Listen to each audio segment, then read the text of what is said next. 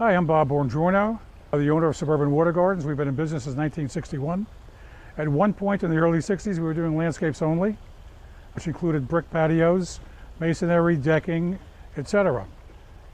In the early 80s, we morphed into, because it was my hobby, we morphed into ponds.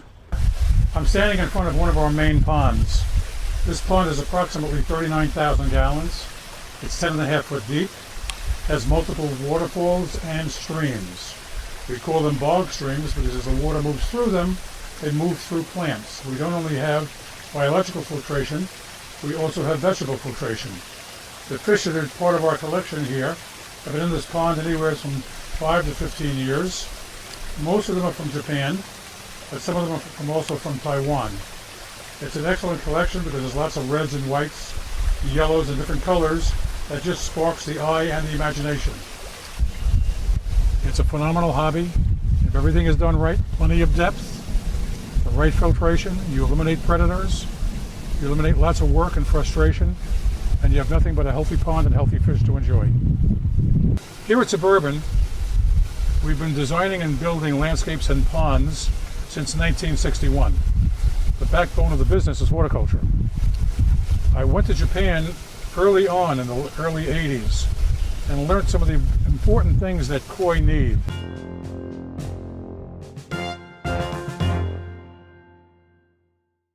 In any event, you can see the way we set our boulders. We make things look as natural as possible. The deck is a usable deck. It takes up part of the perimeter of the pond. One of the big mistakes that many people make when they're designing a pond is to put rocks all around it.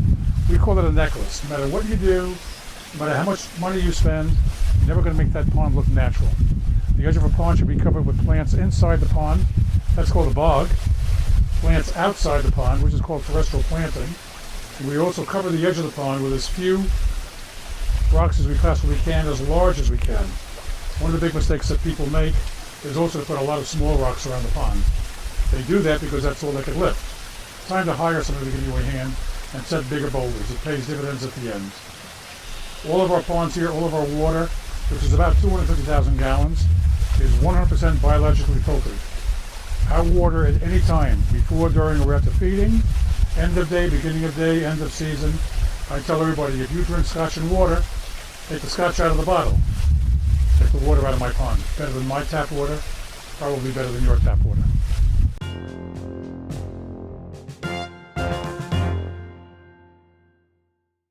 Here at Suburban, we've been designing and building landscapes and ponds since 1961. The backbone of the business is horticulture. I went to Japan early on in the early 80s and learned some of the important things that koi need.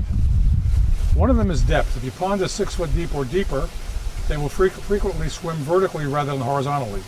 This builds muscle. It makes koi larger and healthier faster. It also gets rid of the predators. Predators will not come to your pond if it's deeper than 3.5 or 4 feet. So I explain to people, and when I design a pond, I make it 3.5 to 4 foot straight down from the sides, and then go down 6 to 10 foot at the bottom drains where there's plenty of depth. Very often people come to me and they say they want a pond twice as big, but they don't have twice as much room to give up in perhaps a small backyard. I say to make it twice as big, just make it twice as deep. You also have the winter protection of knowing that if you have 3 inches or 4 inches of ice on top of your pond in the winter, hopefully you're going to have at least 1 or 2 de-icers. At the bottom of a pond, even at 4.5 foot deep, the water temperature will be 46 to 50 degrees in temperature. The top of the pond is below 32 degrees because it's frozen ice. The fish stay on the bottom. They go into what's called a state of torpor. They don't hibernate, they go into a state of torpor. The water quality cannot be lessened during this period. Pond filtration goes on 24/7 forever. It's only shut off once or twice a week when you're cleaning the filters. But a deeper pond is a safer pond, aside from getting rid of the predators.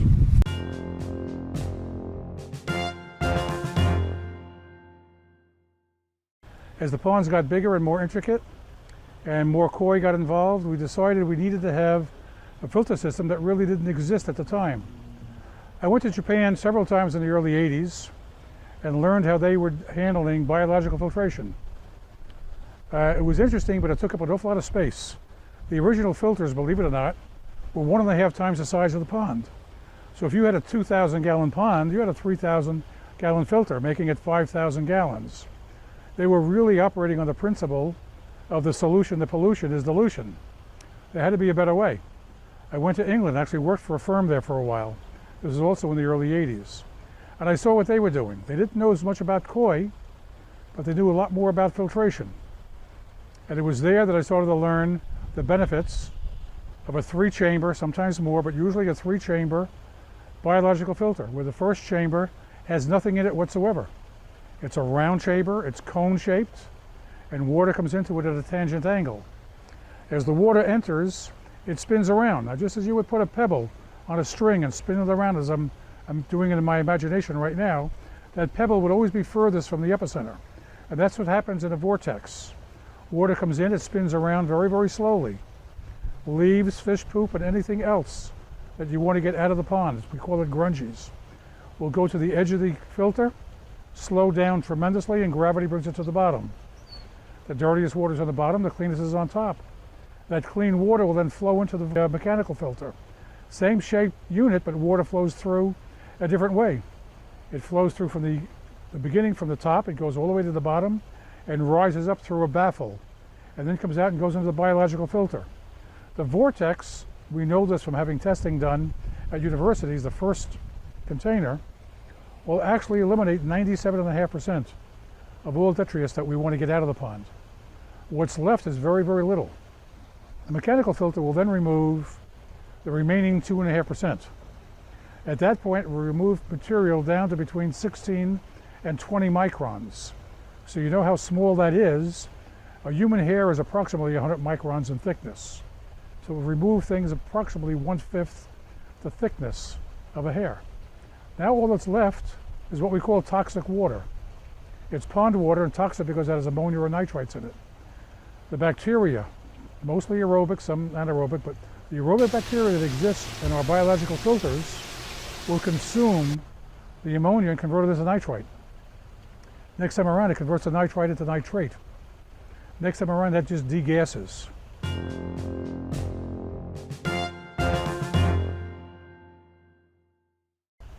People will sometimes use air stones in the pond. That's not where you need them. You need air stones in the biological filter because the bacteria that we need to help us to really do a great job are aerobic. They need more oxygen than the fish. The fish will get all of the oxygen they need in the pond just from the interface of the water with the atmosphere, just as the ocean does it. One of the things we all do, and the reason we need biological filtration, is that we all tend to overstock our ponds. I'm one of the worst offenders. I want to see and enjoy my fish, but I want to have them in perfect water. Biological filtration will get me there, but we need lots of oxygen. Another common mistake that many, many people make is to put air stones in their ponds in the winter and say, oh, well, I have no ice at the top of my pond where the bubbles come up. And that's true, but then I ask them to think the thing through. The air pump is located outside the house, not inside the house.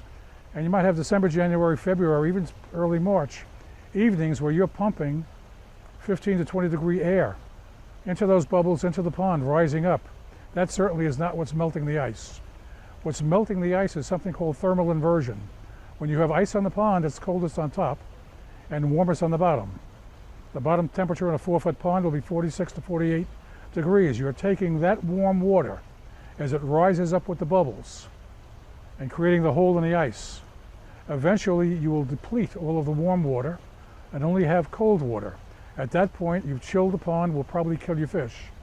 If you don't kill them over the winter, they will be so sick. Come spring, they'll not be able to tolerate it, and they'll just pass in May and June.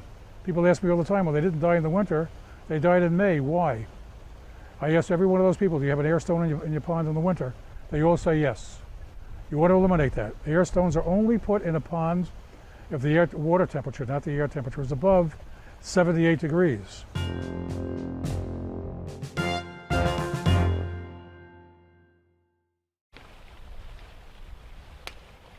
One of the rules that we try to adhere to with our koi collection is to have about 60% of the fish that are in the pond with some amount of red on them. Again, it's not really a red, the color is persimmon. Red itself is artificial. Once you have your basic collection of about 60% red and white, you're going to have some red, white, and black. And those are you're talking about Kohaku is red and white. You're talking about Showa and Sanke, which are red, black, and white. But once you have that, to make your fish more friendly, there is one particular variety of koi known as Chagoi. That's C-H-A-G-O-I. C-H-A, cha, is how you say brown, or one of the ways you say brown in Japanese. The koi takes on a brown greenish appearance and is always the largest fish in the pond. It's that way because its appetite overrides its fear of man. It's the first fish that will take food from your hand. Right now ours is hiding, is on the side of the pond where you can barely see him, but in any event, if he was hungry, he'd be the first fish up. And the one beautiful thing about these guys is not only do they become the largest fish in your pond, but they train all of the other fish to come and take food right out of your hand. So remember the formula, don't have too many fish with one color. I mean, there's a yellow ogon that's all one color, there's a white ogon, which is all one color, and certainly you could have one or two of those, but have as much color and variety as possible. Some people don't like to have the long fin koi in their pond with the traditional koi. I like to have both. They're both very, very graceful. They both can mate. What some people are doing lately, when I say lately, the last 10 years, is to only put female or male koi. It is only the female koi what they put in. They're larger, they're more graceful, their body growth is larger, and they get just as friendly as anything else. The male koi, of course, one male koi can fertilize the eggs produced by 50 females. The problem is you get lots and lots of babies, you overcrowd the pond. These babies are really not culled, so most of them don't really add any aesthetic value to the pond. All imported Japanese koi are culled, and they're culled down to, depending on who you listen to, between 2 and 5%. That's all that's ever sold. They cull out the very, very best ones over a several-month period.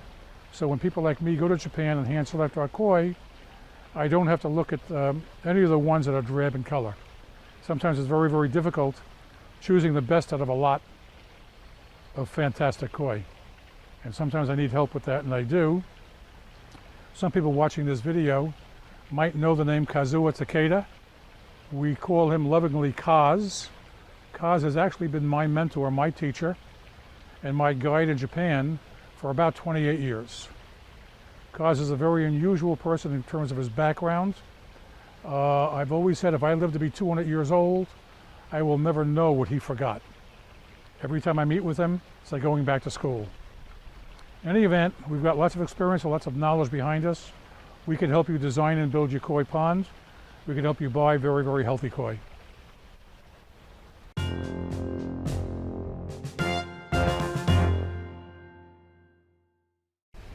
We also help people design and build goldfish ponds. Okay, we're now standing on the brick terrace at the upper level of the triple pond. And again, these ponds all have koi in them because they're deep. I want to explain one of the differences, or several of the differences, between koi and goldfish. Goldfish might be a better way for pond number one, especially if you're building a small one and a shallower one. Goldfish are native, ubiquitous animals. Man had very, very little to do with them. And although we have done some bubble eye and some other odds and ends, we really have not bred out their immunity. With koi, we have done that. We've taken plain brown carp and made them into something magnificent over the last couple of hundred years. But as we've done that, we have bred out lots of their immunity. So that's why they need biological filtration. They need deep ponds, they need to be predator proof. They're very, very expensive because just like diamonds and many other things, they are controlled commodity. Only a small percentage comes to market, and that's why the original breeders in Japan and elsewhere control the cost. Goldfish is something they can't do that with because anybody and everybody, including the homeowner, can breed goldfish. Goldfish and koi are basically related. They are both carp. Goldfish has been here on the planet forever. They're ubiquitous all over the world. Koi is an animal that only started to happen about 400 years ago in Japan. It's a trade-off of what happened when the traders picked up carp in Persia, which is now the Iran-Iraq area, and brought them up to Japan for the farmers there to use as protein, and they would trade off rice and other commodities. Little by little, over a 400-year period, we went from the plain brown or black carpet that you'd find in the shopping center to these very, very colorful, very hand-selected specimens that have become very, very expensive. They're very, very expensive because only a small percentage, less than 5%, comes to market. The balance is used in other ways.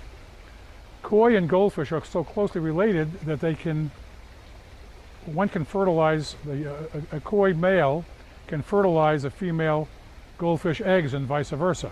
That's something you don't want because you don't get either. You get a hybrid. And what's wrong with most hybrids is they are, number one, not native or natural. They're short-bodied. They can't really swim well, and they attract predators. And as soon as you attract predators to your pond, your other fish are going to have a problem. Goldfish ponds don't need to be as deep because, believe it or not, goldfish can freeze in a pond. If you have 100 goldfish in a shallow pond and the ice went all the way down to the bottom, it's very, very likely that 85 or 90 of those fish would be alive in the spring, even after being set in a solid block of ice. They can do that because they're ubiquitous, native, natural animals. Koi are man-made. We've been able to breed into them long life. You can get up to 200 years out of them. Phenomenal colors, phenomenal values.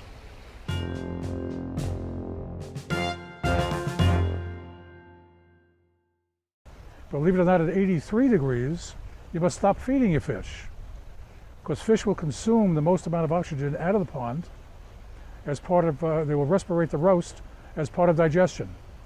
So the first thing you do if you have a thermometer in the pond a foot deep is to check the water temperature at least 2 or 3 times a week. The water temperature hits 83, you stop feeding and exchange at least a foot of new water. That'll cool it down. Your water temperature is below 78 degrees, you don't need to put any oxygen in there. You can get yourself a small, inexpensive O2 test kit for about $15 and prove this out to yourself. We're going to give a little feeding demonstration shortly. At this point you can see how graceful these koi are perusing around the pond. You can come out here, sit on the chair, you can sit on the edge of the deck with your feet dangling in, and it's the most relaxing thing in the world. You'll see them going into a feeding frenzy as soon as Mariano throws in some food. This is actually the 3rd time today they're being fed, so they're not going through a feeding frenzy. They've been fed very, very well. But we wanted to show you how you can interact with your koi. Once you have them about 6 months or so, they will actually take food from your hand. So you have that great contact.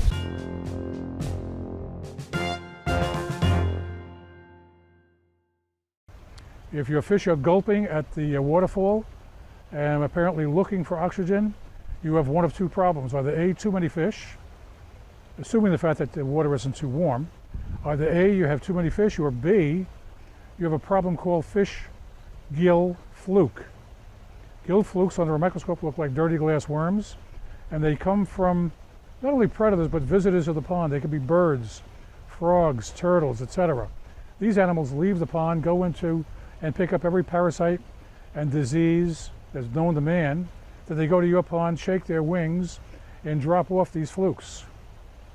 They can destroy your fish. You want to eliminate that as much as possible.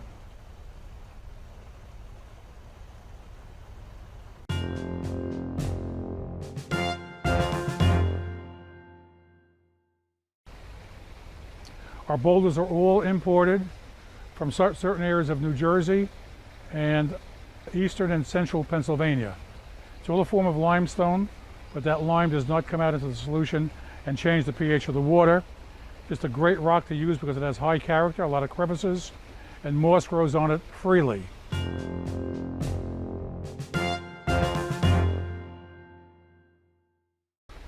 Okay, here we are now standing in the entrance, what we call triple pond of Suburban Watergardens.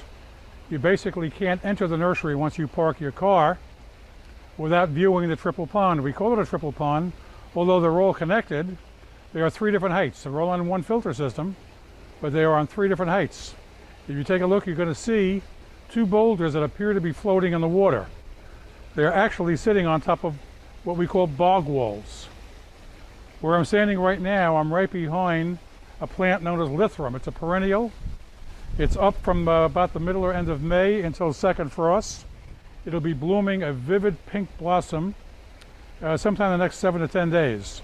There's a group here, there's a group right over here. So when they come in, this entire area is set in pink. These are granite, imported from China, stone lanterns. They could be lit up. There's a hole all the way through for electricity. I choose not to do that. You can see them surrounded by boulders or rocks here, will all weigh anywhere in between 500 pounds and about 4 tons. The Japanese maple I'm standing in front of, we transplanted about 5 years ago. This plant weighed between 10 and 12 tons. If I were to dig it today, it probably would be up around 16 to 18 tons. It's got to be 35 foot tall with a 30-foot spread. It's a magnificent specimen that came off of an estate that we landscaped, and the client had several of them and didn't need them all. So this one came here as a tribute to them, and the family comes here frequently just to look at the tree along with the rest of the gardens. This garden is surrounded by very unusual, older specimen plants. Come and visit yourself, and we can discuss each plant differently. One of the things that we offer you here is to show you a finished pond with plants, so you could put in small ones and they'll grow. You may say, gee, I like this particular plant, I don't like that one. We can help you design it even for the do-it-yourselfers.